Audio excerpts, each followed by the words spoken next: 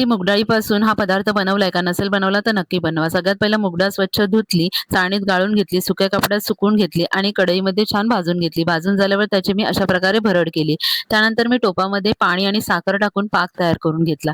कढईमध्ये मी तूप टाकले, त्यामध्ये बदाम छान तळून घेतले. मग मी तुपामध्ये बारीक रवा, बेसन अगदी लालसर होईपर्यंत एकत्र करून घेतलं. त्यानंतर त्यामध्ये तयार केलेली ही भरड टाकली.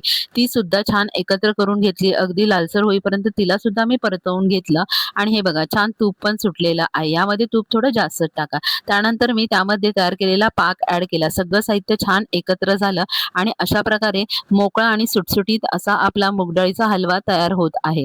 त्यानंतर त्यामध्ये मी बदाम टाकले आणि साईडने बघा किती छान तूप सुटत आहे.